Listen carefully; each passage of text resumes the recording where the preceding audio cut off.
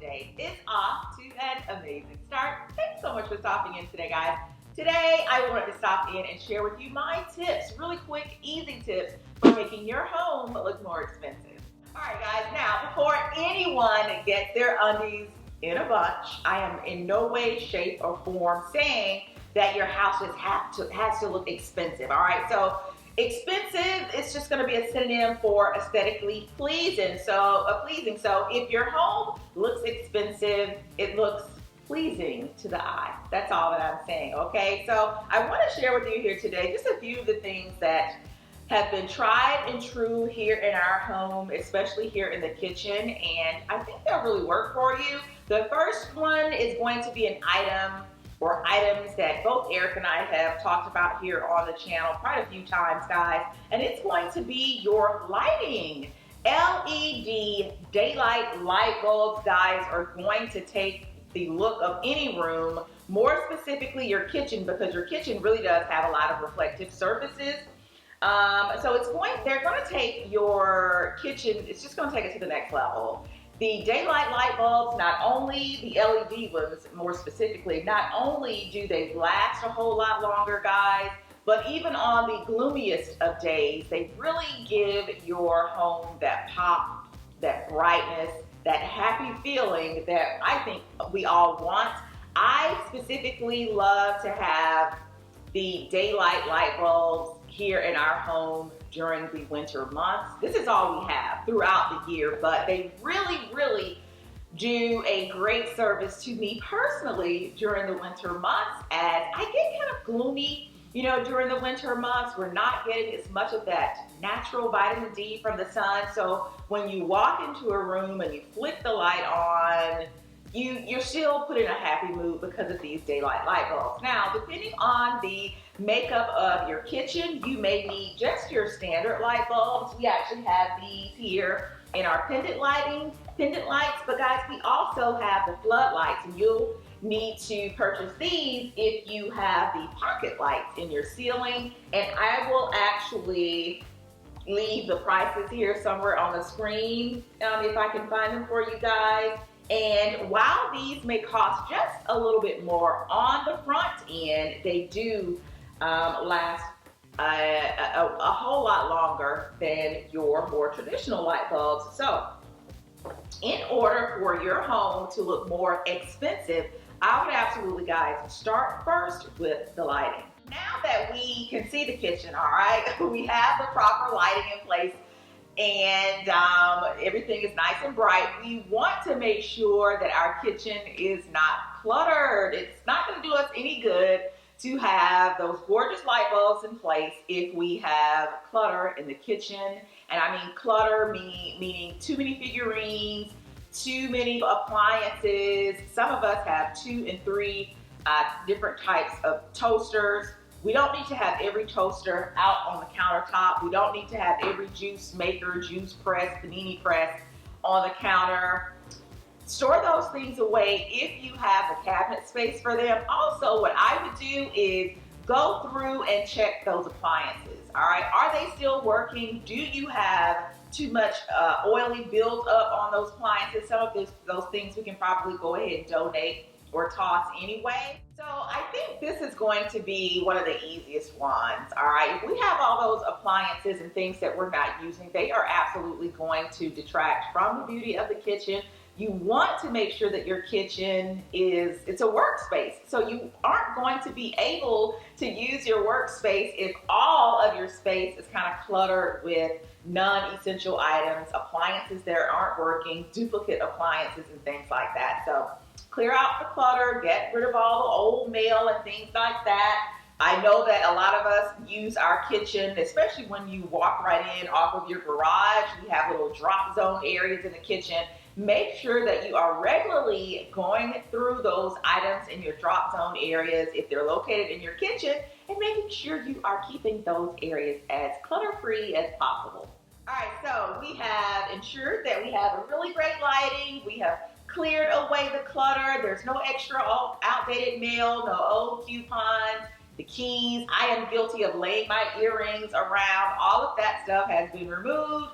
Now we can really get a sense of how beautiful our kitchens are, but we want to make sure also that we do not have, we want to make sure we haven't overdone it with the little tchotchkes and figurines. I know you guys know what I'm talking about. We've gone into friends and family's homes, and the kitchen looks like a store or catch-all for the little porcelain chefs, all right? The little chef guys, little chef figurines, they are so cute. They are really adorable, and I love when I go into, you know, different homes and people have a few of them here and there. However, when it becomes a bit confusing is when the entire kitchen is just covered from head to toe in little chef figurines. You have the chef cookie jar, you have the chef towels hanging from your oven door, you have the chefs, they're lining the top of the cabinets, you have the chef paper towel holder. So I think it can get a bit busy with the figurines, specifically the chef figurines, if you overdo it. I would limit them to about two or three. You want to make sure if you have these canisters, chef figurines in your kitchen, that they're not just there holding and taking up space. You want to make sure that they are actually serving a purpose.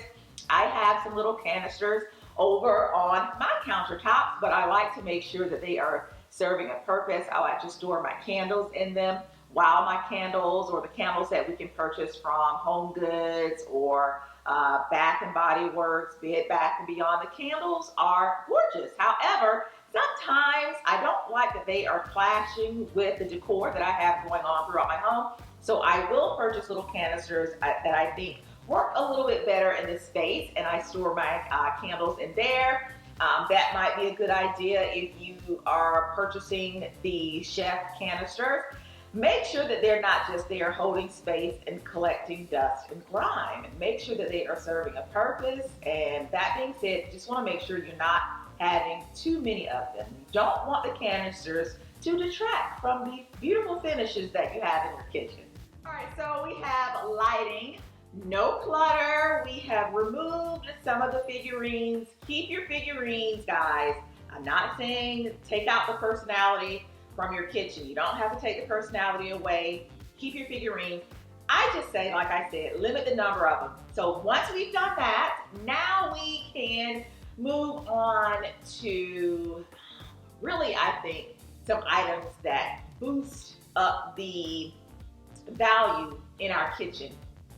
Those items, guys, are going to be tiered trays. I love tiered trays, even though you can find them at just a variety of price points. I just think they all look expensive. All right, you can find the tiered trays at Goodwill, Home Goods, TJ Maxx, Ross. No matter where you pick them up from, guys, I just think they look so super expensive. They are great, as you know, to have out in your home when you're having little gatherings or parties.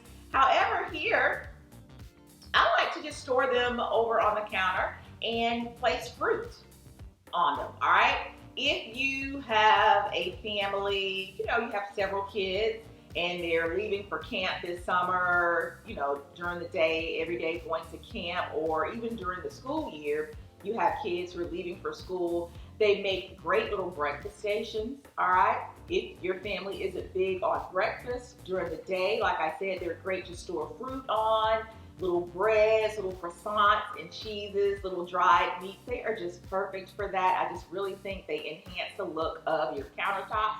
Like I said, you can purchase these anywhere. These I purchased at everybody's favorite Home Goods. Guys, these were $4 each. $4 each, okay? You can use them separately as cake stands. I actually think that's what they are intended for. But what I like to do is stack them, and you can put a layer of grapes here, maybe tomatoes, some little cherry tomatoes, carrots, some celery down here on the lower tier, and just have just a really cute little veggie and fruit station. All right, so nothing at all. Like I said, $4 each for those. This one right here I actually purchased, oh my gosh, I don't even remember where I purchased this one. I've had it so long, but it's a 3-tiered tray. But as you can see, it actually comes apart. So you can use this when you're entertaining and have, 3 little different stations. But I love just having them out on the countertops, on my island, just throughout the day. It's just so pleasing when you walk into your kitchen, a space that you are in every day, multiple times a day. You really, really want it to look nice, not necessarily for other people, but you want it to be nice and pleasing for you. You're gonna have to spend time in there cooking and cleaning. You should have a really pretty space for yourself. So invest in some of these tiered trays. I don't think you guys will be disappointed. You're not gonna have to break the bank. Goodwill has them. They have some really nice ones I've seen at the thrift stores that you can just take, polish up, and they'll be good as new. All right, guys, so I think this is tip number 5, and it's going to be having an organized pantry. Having an organized pantry, guys, will change your life. It will change the way you create meals. It will change the way you clean up. It will change the way you feel about your kitchen, I think. I will liken this to having a cluttered laundry room. If your laundry room is cluttered, if you never put away the clothes that are in there, if you never wash the clothes in there, you don't want to go in there. You just keep the door closed, okay? If you have a cluttered pantry, you're not going to want to cook. You're not going to want people to come into that space, all right? So keeping it organized. I'm not saying that you have to go out and buy a label maker and label everything. Some of the things in my pantry I do have labels on, but I don't actually want to walk in my pantry and feel like I need a roadmap to find everything in there. You put things in logical places and you'll be able to find them. But I think the takeaway here is going to be just make sure you don't have outdated foods. If you have chips and things in your pantry, make sure that you have little chip clips on them. You want to put your canned goods with the canned goods. You want to put your condiments, your extra condiments and things like that in an area where it's going to be easy for you and your family to get to. You just want to make it work. When you come home from the grocery store, you want to make sure that you're not just shoving things away into the pantry. If you have older kids and they are helping you to kind of put things away in the pantry, teach them the system that you think is going to work for the family, and everything I think is going to come together for a really, really pretty look over in your pantry. And like I said, I know that I have a larger size pantry, but it doesn't matter whether your pantry is in a cabinet, if it's walk-in, if it's a whole room, the key is to make sure that it's organized and everything is stored in a logical, functional manner. My final tip that I have for you here today is going to be fresh flowers. You guys know that my color palette here in the house it's pretty simple. All right, I have about 3 or 4 colors that I use. They're all neutrals, and that is it. That being said, here and there, I do like to spice things up with some fresh flowers. Fresh flowers just add a level of depth to a small space, can add a level of depth to a large space depending on your arrangement. Now, like you, I do love going to my local market and purchasing flowers. However, when I have the opportunity to go out into my yard and cut my own flowers, I really do enjoy doing that. I have some hydrangea bushes right outside the front door, and they are in full bloom right now, guys, and I am loving it. Let me know if you guys have any hydrangea bushes. You guys know I have had some issues here in the house with some plants. I'm not even going to mention that plant's name anymore. But outside, my hydrangeas, I don't have to do anything to them. They come back on time like clockwork year after year. And here lately, I have just really been enjoying going out, taking a few clippings. I have some purple, pink, and almost a blue color that they all grow interchangeably on the bushes, and I've just really loved going out and taking little clippings. I rinse them off, get little spiders and things off, and I bring them in, and they just really bring the space alive. And in doing that, again, synonym for expensive, bringing the space alive, making it look prettier.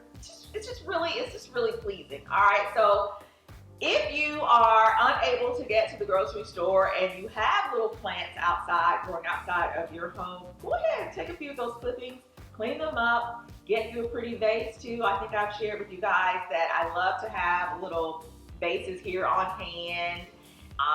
And they don't necessarily have to be, traditional vases. You can get little candle holders. Those are great for storing your plants in as well. I bring flowers into the space. It just really brings it alive. I'm able to add some color without overdoing it. I'm able to change that color in and out as well, just depending on the color of the flowers that I bring in. Like I said, my hydrangeas, pinks and purples and some blues, that's what they're giving me. But on those days when I want something a little bit different, I will go to my local Trader Joe's, has a great selection of flowers, and my Kroger. My Kroger does okay sometimes as well, but the flowers just really help to take your space here today, more specifically your kitchen, to another level, thus making it look more expensive. They're free if they're growing outside of your home, but I will say at Trader Joe's and Kroger, I can get a really good bunch of really pretty fragrant flowers for around $5 or $7 a bunch. So get you some flowers, put them in your kitchen, and it's really going to kick that space up a whole bunch of notches. Well, that is it, guys. Those are my tips for making your kitchen look more expensive. All right, let me know if I have left anything off the list that you are currently doing in your kitchen to make it look more expensive, nice, all right, more beautiful. And if I had to choose one that I am just really, really loving, I think I just said it, it's gonna be the flowers.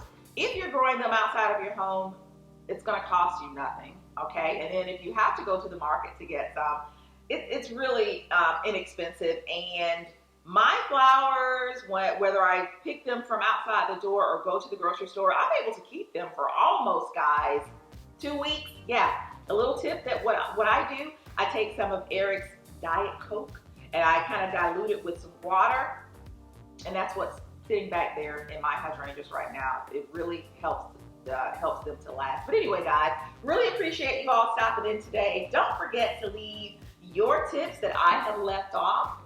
If you have some favorites that I have shared with you here today, let me know. Can't wait to drop down and chat with you all in the comments.